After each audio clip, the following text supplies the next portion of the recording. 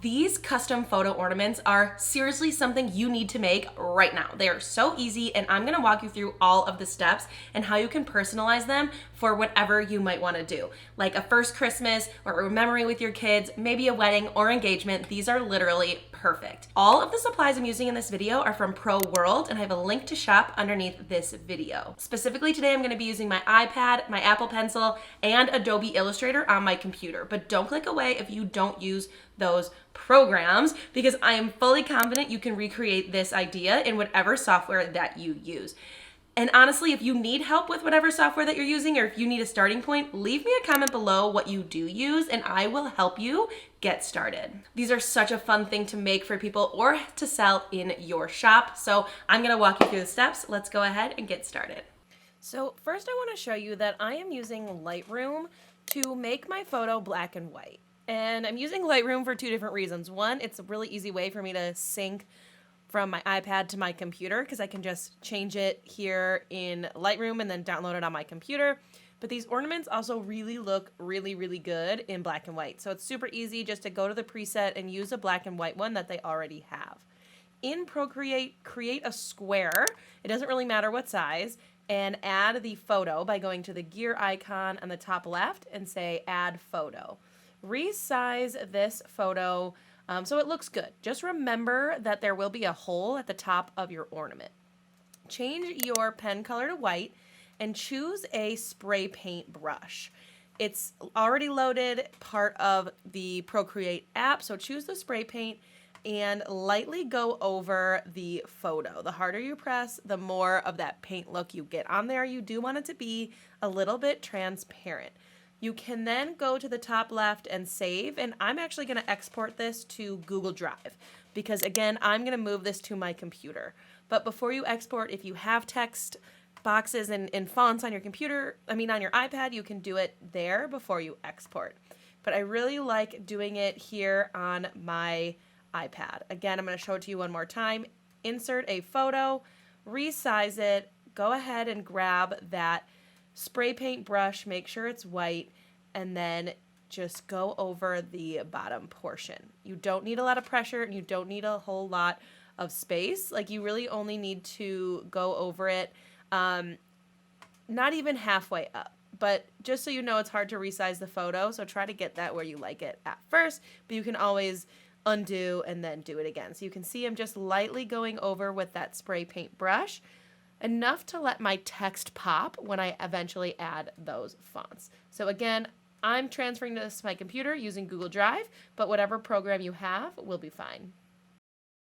So again, I'm going to move off of my iPad and to my computer, but if you have fonts loaded on your iPad and everything's there, you can make this whole design in Procreate. I'm going to switch over to Adobe Illustrator to add in any text, but you could start and finish in Illustrator or Silhouette Studio or whatever software that you use. In Illustrator, I again started with a square canvas, and I'm going to drag in the photo that I just made in Procreate. And I'm going to size it down to that canvas. Make sure you hold shift so you can keep that scale. And then I'm just gonna add the text. Right here, it'll obviously depend on the photo, but play around with fonts and different configurations. I like doing a script font with a sans serif font and just kind of play around with how that looks.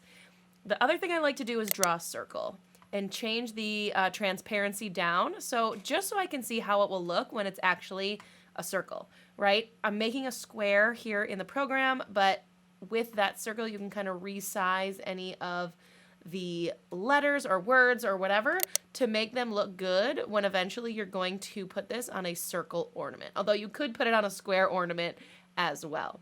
To print this, I'm actually going to copy and paste them into a new document. I'm going to print on an 8.5 by 14 legal size so I can fit all of these on the same page. My ornament is 4 inches. It's a large circle ornament that's 4 inches. So each one of those squares I sized to 4.1. Then I told my printer that I was printing it on a legal document size instead of letter, and then I printed it and got ready to add it to the ornament. So these ornaments are the large circle ornaments from Pro World. When you get them, make sure you remove that plastic sheet that's just protecting your substrate. If you don't do that, it's going to melt right onto it, and you don't want that. So peel off those plastic covers and then apply them to your paper. You want to make sure that you line them up and tape them in place. You can't really see how it is, so you just got to do your best to line it up. I'm going to flip it over so the actual sublimation paper is on top. Put butcher paper on top and bottom. I'm going to press this at 400 degrees for 60 seconds. It is very hot when you are done, but I'm going to peel that paper right away. And just be careful not to burn yourself. And you do want to be careful with the tape because you don't want it to fold over your ornament. It can sort of fold over and then create a little bit of an indent depending on how hot your design is. So keep on your heat glove. This one came with my heat press from Pro World. Remove the tape, and then you're just going to let these ornaments cool down. You don't want to do anything until they are fully cool. If you have trouble removing the paper, you're always able to soak them in water. But the colors turned out so great, and I absolutely love the black and white.